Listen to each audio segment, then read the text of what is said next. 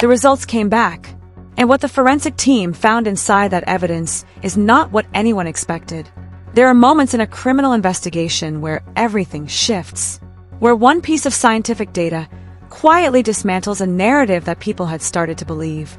This is one of those moments, and if you have been following the case of Ashlee Jenae, you need to hear this, because what the new forensic findings suggest about him changes the entire conversation. Not slightly, not a little bit, fundamentally. Stay with me.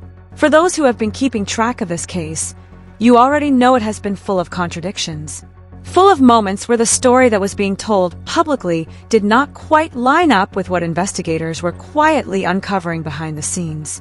But now, with these new forensic findings entering the picture, those contradictions are not just suspicious anymore. They're screaming for answers. Let's start with what we now know. The forensic team working this case recently completed an advanced analysis of physical evidence that had been collected early in the investigation. This was not a routine sweep. This was a second and far more detailed examination. And when those results came back, investigators were reportedly stunned. Because what the science revealed about the timeline, about physical contact, about the chain of events leading up to Ashlee's disappearance, does not match what he said. Not even close. Think about that for a moment. The version of events that he put forward, the explanation he gave, the story he told to people around him and reportedly to investigators, now has forensic data sitting directly against it. And in criminal investigations, when a person's words cannot survive contact with the science, that is when things get serious. This is where things get serious. Ashlee Jenae was a young woman with a life full of people who loved her. Friends who described her as warm, real, the kind of person who made you feel seen. Family members who had watched her navigate difficult seasons of her life with a quiet kind of strength that not everyone gets to witness up close. She was not just a name. She was a whole person, and her absence has left a wound in the people around her that time has not come close to closing. When she disappeared, the people who knew her knew something was wrong. Not suspected, knew. Because Ashlee was not the kind of person who just vanished. She was connected. She checked in. She had routines, relationships, responsibilities. And when she stopped showing up, when her phone went dark and her presence simply evaporated from the lives of the people who counted on her, those closest to her immediately started asking the questions that investigators would eventually have to answer. Where is she? What happened? And who was the last person with her? That last question is the one that keeps coming back. Because the answer to it has always pointed in a direction that some people wanted to look away from. And now, with forensic evidence adding weight to what was already a deeply uncomfortable picture, looking away is no longer an option. Here is what investigators have been piecing together. In the weeks and months following Ashlee's disappearance, the focus of the investigation narrowed.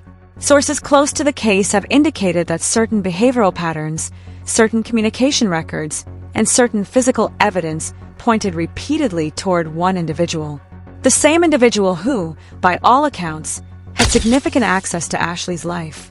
Who was, by his own admission, deeply connected to her in the period directly before she vanished. And yet his account of events, the timeline he presented, the emotional responses he gave, have struck many observers as inconsistent at best. At worst, they suggest something far more troubling. What kind of inconsistencies? Stay with me, because this is where the new forensic findings become so important. Among the evidence submitted for advanced forensic analysis were items recovered from locations connected to both Ashlee and the individual at the center of investigators' attention. Without disclosing the specific nature of every item to protect the integrity of any potential legal proceedings, what can be reported is that the analysis returned biological and trace evidence results that contradicted the timeline he had established. In plain terms, the science says he was there when he says he wasn't. Or it says something happened that he claims never happened. The exact specifics are still being processed through the legal system. But the core of what the forensics revealed is this. His story has holes in it that physical evidence is now beginning to fill. And those holes are not small. Now think about the behavior that surrounded this case from the very beginning. Because when you layer the forensic findings on top of the behavioral record, things start to look even more troubling. People who were close to the investigation have noted that in the early days after Ashlee was reported missing, there were moments where his emotional presentation fell off. Not just grieving differently off. Not just coping in his own way off. The kind of off that trained investigators and behavioral analysts flag. The kind of off that made people who loved Ashlee feel deeply uneasy when they were in the same room with him. There were reports of him deflecting when asked direct questions, of changing small but significant details across different conversations, of moments where his account of when he last saw Ashlee or what their last interaction was like shifted depending on who he was talking to. And while none of those things alone constitute proof, they created a pattern that the forensic findings are now giving weight to in a way that cannot be dismissed. Let me ask you something. If someone close to you disappeared and investigators were asking questions, what would your instinct be? To help, to answer everything, to go over every detail as many times as necessary because every detail might matter, to beg for people to keep looking. That is not what investigators reportedly experienced in this case. What they reportedly experienced were conversations that felt managed, responses that were careful in ways that raised more questions than they answered, and a general posture that several sources have described as someone more concerned with protecting information than providing it. Again, no single behavior proves anything, but the accumulation of it, especially when forensic evidence is now entering the picture, creates a very uncomfortable picture. This changes everything. One of the most significant aspects of the new forensic analysis involves the examination of digital data alongside physical evidence. Investigators in modern missing persons cases do not just collect what they can see. They reconstruct digital footprints, location data, communication metadata, the invisible trail that our devices leave behind whether we want them to or not. And what the digital forensics revealed in this case, when mapped against the physical evidence from the scene examination, created what sources describe as a significant evidentiary conflict with the account he had provided. His phone, his location, his documented activity in the hours that matter most.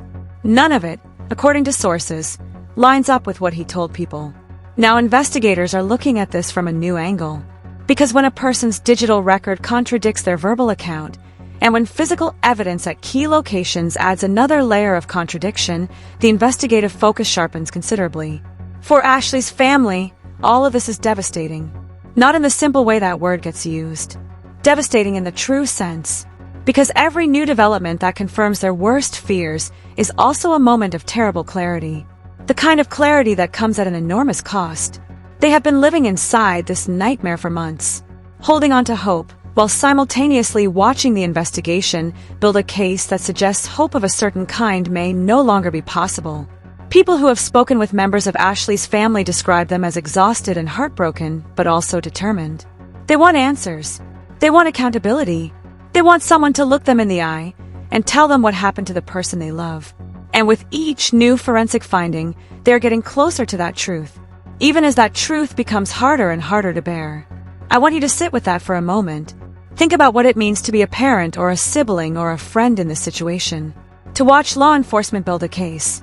To hear words like forensic evidence and timeline contradiction and evidentiary conflict, and know that every single one of those cold clinical terms represents something that happened to someone you love.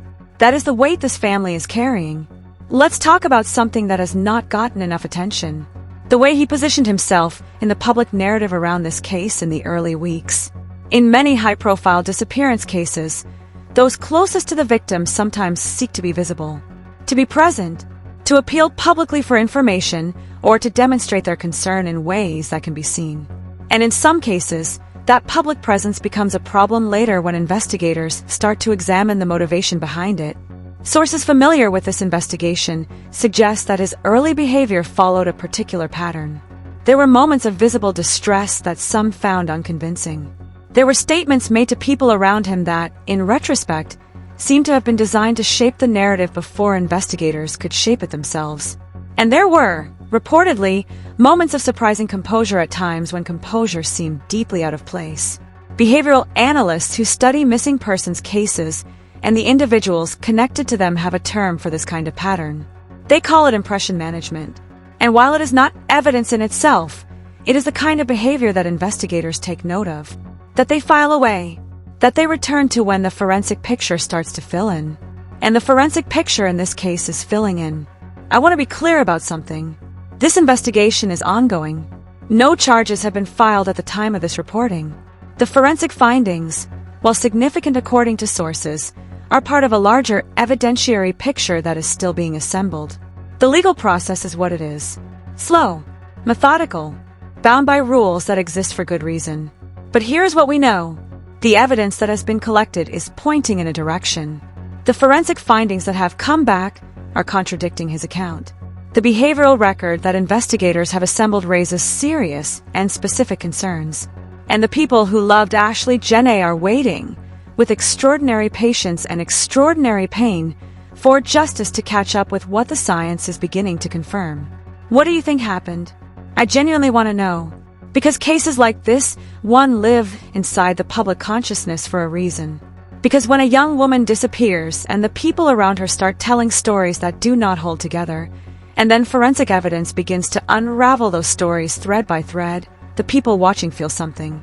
They feel the weight of it. They feel the responsibility of paying attention. And your attention matters here. Because Ashlee Jenae was a real person. Her case deserves sustained focus. The kind of focus that does not fade when another story dominates the headlines. The kind of focus that keeps investigators accountable. That keeps the family from feeling forgotten. If you are watching this, you are already doing something important. You are refusing to let her story disappear. And in cases like this one, that public refusal has power.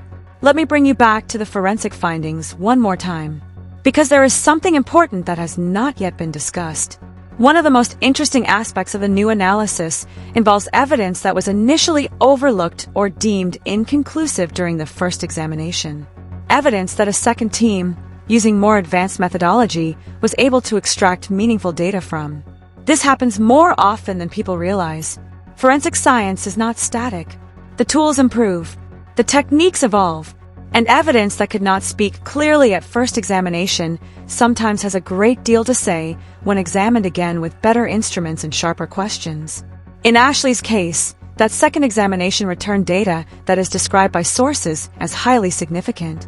Significant enough that it reportedly prompted investigators to revisit multiple aspects of the case, to go back to locations they had already processed, to re-examine statements they had already collected, to look at the timeline with fresh eyes informed by data they did not have before. That kind of investigative reset does not happen because the evidence is inconclusive. It happens because the evidence is compelling enough to demand a closer look at everything. And that is exactly what is happening in this case right now. For the investigators working this case, the challenge now is translating what the science is telling them into something that can survive the rigor of a courtroom. Forensic findings, no matter how compelling, have to be presented in ways that juries can understand and evaluate. Every piece of evidence has to be documented in a chain of custody that cannot be broken. Every expert who testifies to what the science shows has to be prepared for cross-examination by attorneys who will challenge every assumption. That process takes time. That is frustrating. For Ashlee's family. For the people who loved her. For everyone watching from the outside who can see the direction this is heading and wants the system to move faster. But the process matters. Because the goal is not just to answer questions. The goal is to secure justice in a way that holds. In a way that cannot be overturned. In a way that finally gives Ashlee and her family something real. And that is coming. Slowly. But it is coming. There is one more thing I want to say before we close out today. In cases like this one, there is always a temptation to reduce the person at the center of it to their disappearance. To let their tragedy become the only thing we know about them. And Ashlee Jenae deserves more than that. She deserves to be remembered as a full human being. With a personality, and a laugh, and things she loved, and people who meant the world to her. She deserves to have her story told not just as a crime, but as a life. And the people fighting for answers in her name deserve to be heard. Not just when there is new forensic evidence making headlines, but every single day, until there is accountability, until there is some version of closure, however imperfect, however painful. The investigation is ongoing. The forensic picture is still being assembled. The legal process has not yet caught up with what the science is pointing toward, but the direction is becoming clearer. And the people who know what happened to Ashlee Jenae are running out of places to hide from what the evidence is beginning to say. We will keep watching. We will keep asking the questions. And we will keep Ashlee's name in this conversation for as long as it takes. If this video reached you, if it made you feel something, if it made you think harder about what justice looks like in cases like this one, please share it. Share it for the people who loved Ashlee and who need the world to stay focused on what happened to her. Like this video if you want to see continued coverage as this case develops. Subscribe so you do not miss a single update because this story is far from over. And down in the comments, I want to hear from you. What do you think the new forensic findings mean? What do you think happened? What questions do you still have? This community has been thoughtful and engaged throughout this case, and your perspective matters. Stay tuned, because the next update in this case may be the one that changes everything for the last time.